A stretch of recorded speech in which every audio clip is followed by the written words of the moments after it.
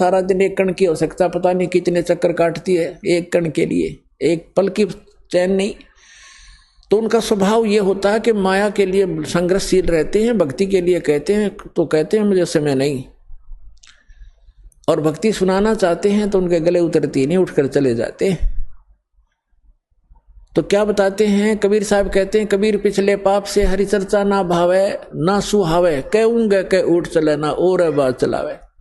जो पूर्व जन्म के संस्कारी प्राणी नहीं होते हैं या जिनके पाप कर्म अधिक बढ़े हुए होते हैं, उनके सामने सत्संग की चर्चा की जाती है भगवान की, तो उसके 3 लक्षण हैं। जो भक्तिहीन कर्महीन प्राणी होता है, कबीर साहब कहते हैं कबीर पिछले पाप से हरि चर्चा ना सुहावे, और कहूंगे चर्चा चलते लटके लेगा, और ना कोई और चर्चा शुरू कर देगा। अच्छा सुन, एक बात सुन मेरी, वो फलाना काम वैसे था, वो जैसे आप कोशिश करते हो को रिश्तेदार भाई बहन मित्र को चर्चा सुनाते हो, 2 सेकंड सुनता है, फिर वो ध्यान ऐसे ऐसे रहता, ऐसा है ना वो एक काम जो आप वो ऐसे हो गया उसको ऐसे हो गया, आपको भी डिस्टर्ब कर देगा, आप बताना चाहते हो। और तीसरा कहते हैं फिर मुझे काम याद आ गया, फिर मिलूंगा, उठ कर चल जाएगा। कबीर भगवान बताते हैं कि कबीर पिछले पाप थे, जिनके पाप घने बढ़ गए, हरि चर्चा ना सुहावे, अच्छी नहीं लगेगी, और कहूंगे कह उठ चले ना और बात बनावे। तो ये उस व्यक्ति के लक्षण हैं जो पिछले जन्म के पापों से ज्यादा ग्रस्त है। सीधा ही वो 84 लाख प्रकार के प्राणियों से, पशु पक्षियों की योनि से प्राप्त सीधा मनुष्य जीवन प्राप्त किया है। तो उसके अंदर भक्ति प्रवेश करना बड़ा कठिन होता है, लेकिन हो जाती है।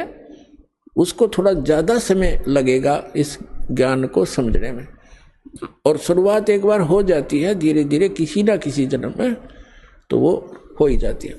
एक कागभूषण नाम के, अपने पुराणों में भी इसका प्रमाण आता है, कागभूषण नाम के एक महापुरुष हुए हैं, और एक गरुड़ जी जो श्री विष्णु जी के वाहन माने जाते हैं। इन दोनों की एक बार आपस में चर्चा हुई। कागभूषण कैसे हैं, उनका बाकी का शरीर मनुष्य दृश्य है, लेकिन चोंच और ऊपर का हिस्सा जो मुंह है वो कौवे का है, उसको कागभूषण कहते हैं। इन दोनों की आपस में एक बार चर्चा हुई। कागभूषण से गरुड़ जी ने पूछा, हे भूषण जी, आपके पास बैठने से मुझे बहुत शांति मिलती है। आपने यानी ये भक्ति विधि और ये अमरत्व, क्योंकि कागभूषण जी की काफ़ी लंबी आयु हो गई है, काफ़ी प्रलय उसके सामने हो चुकी हैं, अभी भी वो विद्यमान है। तो उसके लिए पूछा कि आपको ये कैसे प्राप्त हुई। तब कागभूषण ने कहा कि एक लंबी कहानी है गरुड़ जी।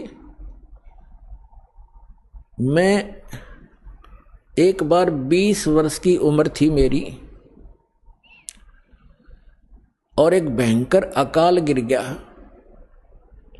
हम भाई बहन थे, मेरे से छोटे मेरे भाई बहन थे।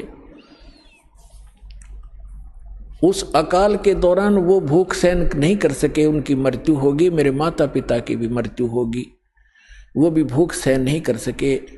मैं युवा था, जिस कारण से मैं उस अकाल को झेल कर माता पिता और परिवार के नाश होने के बाद उस क्षेत्र को छोड़कर मैं अवंतिका नगरी में चला गया। वहाँ अकाल नहीं था। उससे पहले मेरे असंख्य जन्म चले गए, मनुष्य जीवन मैंने बर्बाद कर दिए, कभी मैंने भक्ति नहीं की, क्योंकि वो पिछले जन्म मुझे अब मेरी दिव्य दृष्टि खुल जाने से नजर आ रहे हैं कि पिछले मानव शरीर मैंने कैसे बर्बाद किए थे।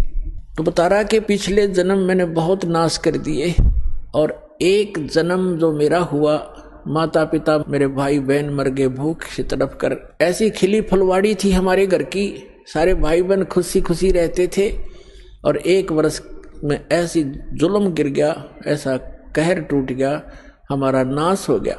मैं सोचने पर विवश हो गया कि ये क्या जीवन है। कल तक हम कैसे खुशी मंगल से रहते थे, प्यार करते थे, कहाँ गए आज मैं टक्कर मार लिया, रो लिया, सारा कुछ कर लिया, वो मिल नहीं रही। ये खाक जीवन है, कहाँ रह रहा हूं मैं। ऐसे करते करते एक मंदिर के अंदर एक पंडित जी, भगवान शिव का पुजारी था, मैं वहां चला गया, उसको अपना दुख रोया। दयालु था ब्राह्मण, मुझे सीने से लगा और कहा, बेटा यहाँ तो ऐसे ही कहर गिरते हैं, आप भक्ति कर लो, स्वर्ग में चले जाओगे, वहां दुख नहीं है। ब्राह्मण को ज्ञान स्वर्ग तक का ही था। और कहा, बेटा तुम दीक्षा ले, गुरु बनाए बगैर मोक्ष नहीं होता। अब काकभूषण बता रहा है कि मेरे इतने पाप थे, पापी के पिछले जन्म जन्म के कभी भक्ति शुरू नहीं करी थी। मेरे अंदर भक्ति प्रवेश करने में 6 महीने लग गए, लगातार संत के साथ रहने में। अब 6 महीने तक मैं मंदिर में रहा, रोज उनकी कथा सुनता, वचन सुनता, पर नाम लेने की इच्छा कभी मैंने व्यक्त नहीं की। गुरुजी कहते, महात्मा जी के बेटा दीक्षा ले ले। मैं कान्ना पे कह टाल जाता, ना हाँ कहता ना कहता। और दीक्षा उसी को प्रफुल्लित होती है जो सब इच्छा से अपनी लगन से प्राप्त करता है। जबरदस्ती दिया हुआ ज्ञान नाम काम नहीं करता। तो उस पंडित जी ने इसलिए उसको जोर नहीं दिया। 6 महीने के बाद कहता, लगातार सत्संग सुनने के बाद मुझ पापी के कुछ पाप नरम हुए और तब मैंने दीक्षा प्राप्त की। दीक्षा प्राप्त करके कुछ दिनों के बाद फिर मेरे अंदर एक बकवाद भागी। जो गुरुजी कथा सुनाया करते हो मुझे भी याद होगी। मैं युवा था, गुरुजी वृद्ध हो गए थे, मेरी आवाज में कसक थी। जितने भी श्रोता थे अब मेरी तरफ आकर्षित हो गए कि और कहने लगे, हो आप तो गुरुजी से भी बढ़िया ज्ञान सुनाते हो। अपने आत्माओं यहाँ मार खाता प्राणी, इस ज्ञान को सुनकर कोई वक्ता बन बैठेगा, 10 उसके प्रशंसक हो जाएंगे, वो भी अपना नाश जीवन करेगा। अब ज्ञान पुराणों का था, बढ़िया घटिया क्या हो गया उसमें, गुरुजी से बढ़िया सुनाने लग गया वो। तो यहाँ मार खाते श्रोता भी और भक्त भी मार खाते, मान बढ़ाई छा जाती है, सबसे बड़ी दुश्मन है जीव की। एक दिन मैं बैठा था, कथा कर रहा था, श्रोता बैठे थे, गुरुजी आए मंदिर में अपने घर से।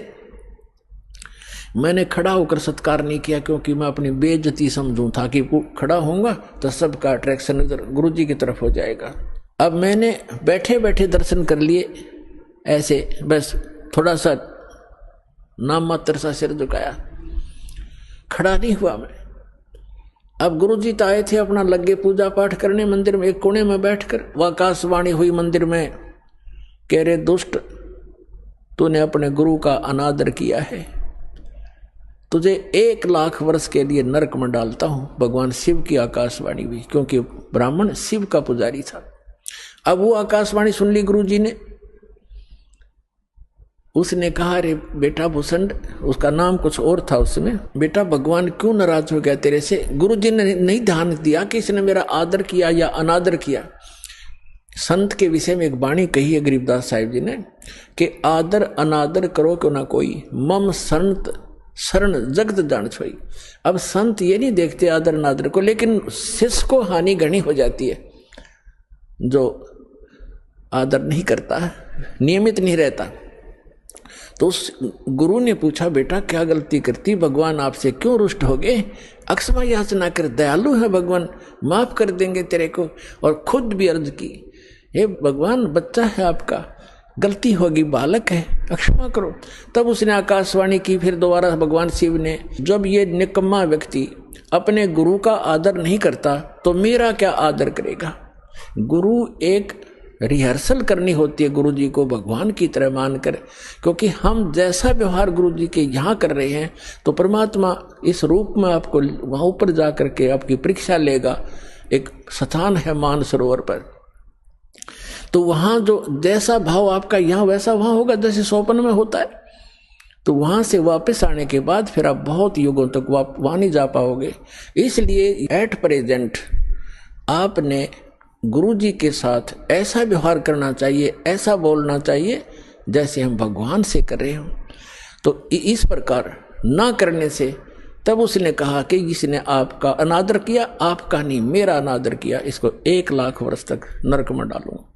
फिर काफी समय तक हाथ जोड़े रहा ब्राह्मण, आपका बच्चा है, बख्श दो दाता, बालक है, गलती होगी, अरे तो भी मांग माफी बच्चे, माफी मांग। लेकिन फिर आकाशवाणी हुई कि मेरा वचन ना खाली जाई, यम के लोग चलो रे भाई। अब काकभूषण कहता है कि मेरी मृत्यु होगी, मैं नरक में डाल दिया गया 1 लाख वर्ष तक। लेकिन थोड़ी बहुत जो कलम चढ़ी थी, थोड़ी बहुत भक्ति प्रारंभ की थी प्राथमिक, उसका लाभ मिला। अगले जन्म में मुझे मनुष्य जीवन मिला, 1 लाख वर्ष नरक भोग गए। मनुष्य जीवन मिला तो मैंने एक लोमस ऋषि के साथ वाद विवाद कर दिया, उसने मुझे श्राप दे दिया, अरे चंडाल तो चंडाल के घर जन्म हो तेरा, वाद विवाद करता है। तो काकभूषण कहता है कि गुरु जी मैंने दुख नहीं माना संत के उस कुवचन का, और उसने श्राप दे दिया। मैंने हाथ जोड़कर ये कहा कि हे महर्षि जी, दास पर गलती बन गई, मैं नीच व्यक्ति हूँ, मैं कर्महीन हूँ, तभी तो ऐसी भाषा में आपके सामने बोल गया, मेरा दुर्भाग्य था। एक दया करियो दयालु कि मैं किसी जन्म में से चंडाल का पैदा हूँ, पर आप भगवान की भक्ति ना भूल पड़े, ये दया करते मुझे। तो ये आशीर्वाद दे दिया लोमश ऋषि ने। तो सारी कथा बताता है कि फिर मैं क्या हुआ, एक काग के घर जन्म हुआ मेरा। जैसे ब्रह्मा जी हैं, इनका हंस वाहन है, और हंस के साथ एक हंसनी कंपलसरी होती है। तो ब्रह्मा की जो पत्नी सावित्री है, वो हंसनी जब ऋतु पर आई, यानी गर्भवती होने की स्थिति में आई ऋतु पर, तो काग चंड के पास ले गई, कौवा के देवलोक में। उससे मिलन होने से कागभूषण की उत्पत्ति हुई। शेष शरीर मनुष्य जैसा है, ऊपर का मुंह और चोंच कौवे जैसी है। तो वो अब उसने फिर क्या मिला, जब वो कागभूषण के रूप में जन्मा, तब कहते हैं मुझे जोगजीत नाम के एक महापुरुष आकर मिले। वो परमात्मा जैसे दास ने आप पूरे सत्संग में ये निर्णय किया कि वो परमात्मा स्वयं आकर अच्छी आत्माओं को यथार्थ ज्ञान देता है। तब उसने बताया कि मुझे जोगजीत नाम के एक संत मिले, जिन्होंने मुझे उस परमात्म तत्व का ज्ञान दिया। उन्होंने मुझे ऐसा मंत्र दिया जिससे मेरी यह स्थिति हुई कि मेरा बहुत युगों तक अमर शरीर होगा।